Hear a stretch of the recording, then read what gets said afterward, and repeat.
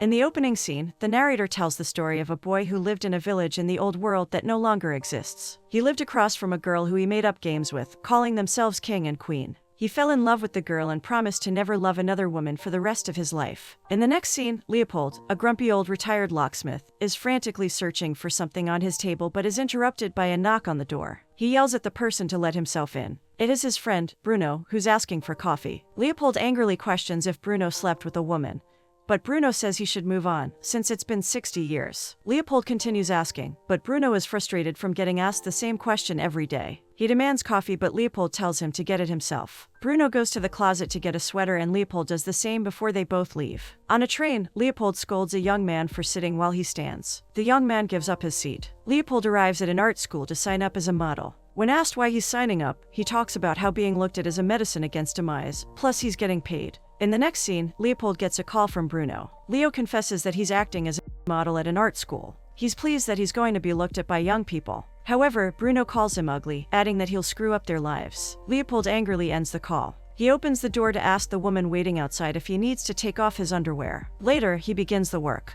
Leopold is sitting on the stage as the students draw him. He looks around, unmoving. Suddenly, he hears a familiar voice and has a flashback. A girl named Alma tells Leopold, Bruno, and another guy, Svi, to stand side by side. They urge her to make up her mind, but she's indecisive since she finds them all handsome. Alma looks at them and announces that she will marry Leo. Leo smiles victoriously while the rest of them turn to leave, but she stops them. She says that she'll marry Leo for the first 10 years, wiping the smile from his face. She'll then marry Bruno, the last being Svi. The two of them rejoice upon hearing this, but Leo walks out annoyed, disappointing the girl. Still in his flashback, Leo and Alma run around a field, playing and laughing. She gives him her feedback on his novels, believing he has talent. He opens up to her about how lonely it is for him, so she consoles him. Leopold snaps back to the present when a student tells the teacher that she doesn't like drawing, with her friend supporting her with every word. She then argues with the teacher. Leopold is still dazed from the sudden call back to reality, so the teacher tells him not to move. Later in the dressing room, Leo can't find his boxers, but he leaves anyway. In the next scene, two students, Alma Singer and Zoe, chat on their way home.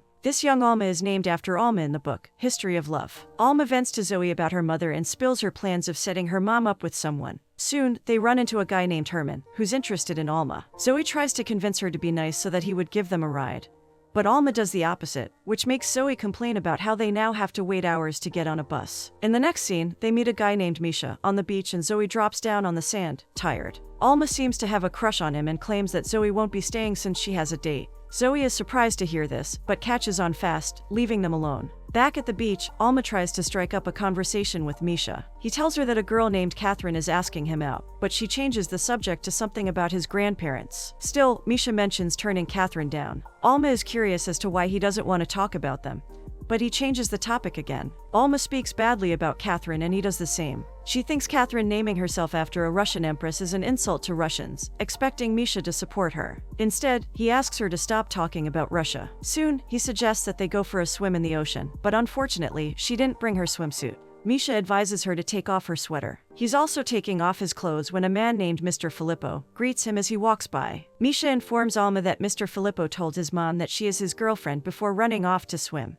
This revelation makes her smile. In the next scene, Leo goes to a bookshop asking for a book named The History of Love. Unfortunately, the book is unavailable, but the owner promised to let him know when there's a book like that. Leopold pleads that he at least check again, and the owner does so willingly, but doesn't find anything. Alma gets home and calls out for her mom, Charlotte, as she heads for the kitchen. She checks the fridge but finds it empty and complains, but her mom reminds her that she's in charge of the shopping. Alma writes a list of things she will get, and she also learns that they received a notice for their electricity bill. Then, Charlotte tells her to get her little brother, Bird, saying she has good news. Alma goes to her brother's room and asks him to act like a normal person. People keep asking her about him, but she doesn't want them to think she's like him. Apparently, Bird believes himself to be one of the 36 righteous named Vavnik in a very old Jewish mystical tradition, and is building an ark. The 36 is the number of righteous individuals who are said to greet the divine presence. It is believed that without them, the world would not exist. Later, they gather in the living room where Charlotte breaks the news of her new translating job to them. She's being asked to translate the same book their father gave her when she was young. She's glad that they'll be able to read it now, since they named Alma after the main character. However, the kids don't care about the book or the news of her job.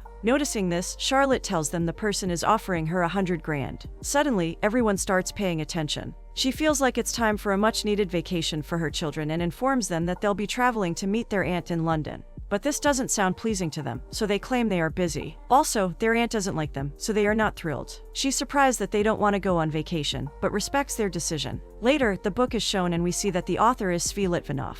We're shown a scene from the past. Alma is walking with the three boys who love her and Zvi asks for feedback on the poems he gave her. She believes that he can do better. Bruno finds Zvi off-putting because of his desire to be the best writer among them. However, Alma believes Leo is the one who writes best, adding that he's going to write a book about her. She gives him a peck on the cheek and they all start running. Back in the present, Bruno suggests they travel, but Leo feels like they don't have the money for that. Bruno believes it'll be settled if he becomes a runway model and Leo continues his job at the art school. In the next scene, Alma hears her brother scream her name and goes to check on him. He wants to know about their dad. She tells him all about their father, adding things she didn't tell him before. Their father was an adventurer, a researcher, a firefighter, and many others. Her brother wants to know why she doesn't believe that he's part of the 36 holy people. But before she can answer, Charlotte yells at them to go to sleep. Early in the morning, Leopold receives a call from someone looking for a locksmith. He lets the person know that he's retired, but still decides to go when the person complains that no one else answered. He writes down the address and calls for a cab. It's still dark outside when a limousine shows up to pick him up. Leo makes sure to tell the driver that he's not paying extra before getting in. Upon getting there, the cab fee turns out to be too expensive for him, so he asks his client to pay for it. They chat as he picks the locks of his door. He's invited into the house and proceeds to check Mr. Scott's bookshelf when he's alone. Leopold sees his son's book and takes it out. Mr. Scott walks in wondering if he has read the book and Leo informs him that the author is his son. In the next scene, Leo gets home. He had taken his son's book with him. Then, he takes out his typewriter and starts typing something, looking all serious. Once done, he puts what he typed in an envelope and seals it. In the next scene, Alma gets the door and she receives a letter from the mailman. Just then, a man shows up holding flowers for their mother, but Alma shuts the door on him. When her mother asks who it was, she tells her it was just Bird at the door. Alma also hides the letter in her jeans. Later, Charlotte and Alma arrive at Misha's house. He welcomes them and receives some gifts. Charlotte compliments Misha before he leaves with Alma. The party is rowdy and full of kids from her school, dancing and moving around the house. Meanwhile, Alma goes to the bathroom and pulls out the letter from her jeans. She's on the call with Zoe, who wants to know if she's made out with Misha, but Alma tells her that he's been ignoring her. The letter is from the man who's paying her mother to interpret the book. He sends a quarter of the payment and promises to send the rest as he receives the rest of the interpretation. Then, Alma plans to set him up with her mother. She ends the call when he hears a knock on the door. It's none other than Catherine. Alma makes a sly remark, but Catherine doesn't hear her. The party is finally over and everyone has left the house. Alma calls her mother so she can pick her up but ends the call when Misha walks up to her. He takes her hand and leads her to the rooftop. They stand side by side staring at the moon. Misha breaks the silence and declares that they should be dating. Alma, in turn, tells him that she thinks she's found a guy for her mom. They turn to look at each other and start kissing under the moonlight. Misha wants to speak, but Alma interrupts and states that she wants them to stay as friends. In the next scene, Zoe can't hide her surprise at her friend's decision, despite being madly in love with him. She tells Alma to call him and take back her statement, but Alma refuses. Another scene from the past is shown. Leo gets to know that Alma will be leaving for New York, because the Germans are close to where they are. The man tells him that it's for her safety that she has to leave, and that one day he can meet her again if he has money. Alma is angry that Leo agreed for her to be sent away, and thinks he will forget her, but he assures her that he won't. He reminds her that he's supposed to be the first person she gets married to, so he asks her to marry her before she goes abroad. She reassures him that she will marry him, but first, he must survive until they meet again. Leo asks if she thinks Zvi is a better writer, since Bruno read Zvi's poem to her and she liked it. However, Alma assures him that he's the best writer, and that he must send her a letter every week with a chapter from the book he's writing about her. In the next scene, Bruno comes in after Leo had knocked on an iron rod, connected to the two apartments. They had formed a code for the number of knocks, but Bruno had forgotten due to old age. Leo laments that his son hasn't called him, despite receiving the autobiography script he sent. Bruno believes that it was dumb to send him the script and wants to know what took him so long. It's because Leo just finished it and also didn't have a title. Leo can't believe that his son has not called back. Meanwhile, Alma is at a CPR class for her first aid course and they are practicing on dummies. After the class, Alma sees Zoe and Misha waiting for her. Zoe tries to make up an excuse to leave, but Alma asks her to stay. They all walk back together and Misha expresses his surprise at her words after their kiss. However, she believes that friendship is better than love and gets annoyed when Zoe takes Misha's side. She walks out on the two of them and angrily tells them that they can both go out with each other since they think the same. In the next scene, Alma writes a letter to her mom's client, who is Mr. Jacob Marcus. She lets him know about their family, herself, and her brother, who built an ark behind his lemonade stand. She plays a song when she's done, but her mom yells at her to turn it off. Meanwhile, Leo is dancing to a loud song that disturbs Bruno, so he goes downstairs to turn it off. He scolds Leo for thinking he can live his life in sync with his son, but Leo likes it and puts the song back on to resume dancing. A scene from the past is shown. Leo watches his son, Isaac, in secret. Alma is also watching Isaac through the window and notices Leo. He turns around and walks away but eventually continues to keep an eye on Isaac. Back in the present, Bruno turns the music off again and continues with his nagging. But a few minutes later, he gives up and joins Leo, both of them dancing as they drink beer. In another scene, Leo and Bruno enter a coffee shop. He notices that one of the staff members is German. They place their orders and Leo picks it up, acting like his hand is shaking. He adds sugar to their coffee and packs some extras on their tray. He starts faking a hand tremor again and the tray drops on the floor. A staff member runs towards them and she offers to get them another cup. They sit at a table and the staff member brings their coffee to them. Later, Bruno calls him out for causing trouble to the woman who was nothing but nice to them, just because she's German. We find out Leo holds a grudge against Germans. Then, Leo has a flashback. We see him running in the forest while soldiers and dogs chase after him. He recalls houses being burnt and people being murdered for no reason. Back in the present, a burning house is being attended to by the firefighters. Alma is present at the scene as she had requested earlier. She watches with bated breath as the firefighters enter the house to bring the people out. The bystanders clap for them and Alma smiles happily. In the next scene, Misha and Bert arrive at the house together. But he doesn't see Alma at home because she is taking her first aid course at the fire incident scene. Bert informs Misha that Alma will soon be back and he decides to wait. He lets Misha know that Alma likes him, but is refusing to admit it. He makes Misha promise not to leave, trying to act as the man of the house. Later on, Jeff's car pulls up to the house, and Misha spies on them. A confusing situation happens. Jeff leans over to wake a sleeping Alma up, but Misha imagines something different that leaves him shocked. Alma commends him for his work earlier before walking up the stairs to her house. Misha is in disbelief at what he thinks he saw. In the next scene, Leo is still worried about his son. He calls the special delivery service to confirm if his package was indeed delivered to his son, but only an answering machine responds. Meanwhile, Alma is about to sleep when Charlotte asks her to help her print the translated script. In her room, Alma prints out the script. She texts Misha to check if he's okay and checks his profile. There, she sees something surprising. It's a picture of him and Catherine kissing. His relationship status has been updated too. She feels betrayed and starts crying. She even calls Zoe just to vent. Once again, we get to see a scene from the past. Alma is crying as she says goodbye to Leo. He promises to go to her as soon as he has the money, but he'll write to her constantly. She reminds him again to send one chapter with every letter. She professes her love for him and Leo hugs her. All this happens as Svi and Bruno stand by, watching them. She hugs her friends and family in tears before getting on the wagon. Seconds later, Leo runs after the wagon till he can no longer catch up. In the present, Alma tearfully tells Charlotte that her love only exists in books, but her mom assures her that it does exist. She assures her that everything in the book is real and that her father also loved her intensely, although cancer took him too early. Charlotte promises Alma that she'll be the most loved woman in the world. In the next scene, Alma asks Zoe not to talk about Misha again. He no longer matters to her. They enter a hotel and Alma tells the receptionist that she wants to give Mr. Jacob Marcus a package personally, but is told that he's not around. When she offers to wait, the receptionist informs her that he's out of the country. Outside, Alma decides to wait because she has a feeling that the receptionist was lying. Just then, a woman goes into the hotel and gets the package that Alma had dropped off, which she finds surprising. In the next scene, Leo goes to a port where people are boarding a cruise ship. He can see the Statue of Liberty from where he's standing. A crew member asks if he's getting on the ship, but he's not, adding that he gets seasick. He continues watching the sea and recalls how he and many other refugees arrived in New York by boat, as well as their ordeal at the embassy. In the flashback, Leo goes to Alma's house holding flowers. She is pleasantly surprised and tears up upon seeing him. She drags him inside when she hears someone coming and they kiss. Leo expresses how happy he is to finally be with her after so many years, but unfortunately, she tells him that she's married. Alma reminds him that he stopped writing, which made her think that he lost his life along with their families when she heard the news of their demise. She informs him that she gave birth to a boy that is his. She tearfully apologizes to him, but she has a family of her own now. She makes him promise to never tell Isaac that he's his father, since he'll be putting his life in danger. He begs her to leave with him, but she refuses in tears. Leo tearfully leaves, with his back hunched over. In the next scene, Alma gets a book from the bookstore and receives a message from Zoe, telling her not to screw up. Outside the shop, she meets Misha and wonders why he slept with Catherine. Surprisingly, he did that because he wanted to piss her off for kissing Jeff when he dropped her off in his car. But Alma strongly denies his claims. Misha vents his frustrations and his desire for them to be in love, not friends. Alma is offended when he mentions her mother in a bad light and gets defensive. She praises her mom and tells him to leave her alone. Misha then compares Catherine to Alma. For him, it's obvious Catherine knows what she wants, but Alma is entirely different. He ends the conversation and walks away. On her way back home in the rain, Alma gets a call from Zoe, informing her that Misha's relationship status is now single. She cries as she confesses to her friend that she screwed up.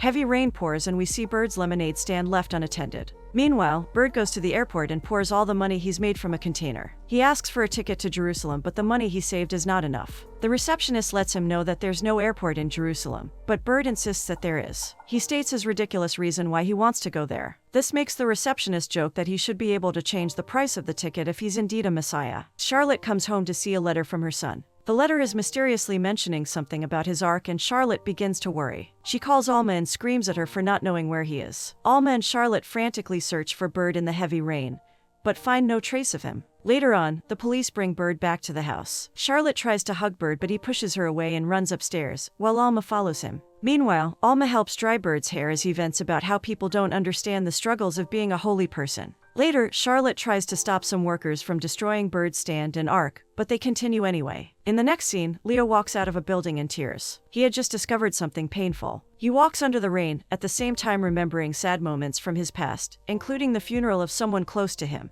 He seems to have lost another person again. At the same time, the scene changes to the funeral of Alma and Bird's father. Their mother stands in the rain with the two of them by her side. She's holding an umbrella in one hand and the History of Love book on another hand, staring silently as her husband's casket is being lowered into the grave. Back at the house, Alma calmly tells Bird that he can't save the world and doesn't need to take any burden on himself. She assures him that everything will be alright as she hugs him tightly. Later on, Alma Googles the main character in the History of Love book, Alma Maraminsky, and sees that her son is an author. She also checks out her son and his books. On her way back, Alma is holding several books written by Isaac Moritz. She informs Zoe of her findings over the phone. She found out that Jacob Marcus is Isaac, and his mother is Alma. In the next scene, Alma comes home with the books in one hand and flowers in the other. She drops the books and Charlotte helps her pick them up, but gets curious when she notices that they're all written by the same person. Alma almost spills the beans about Isaac being the son of the main character in her mom's precious book, but quickly covers it up. Charlotte informs her that Jacob Marcus is sending the balance. She's happy that she met an honest customer and talks about getting Alma a new shoe, but Alma turns her down.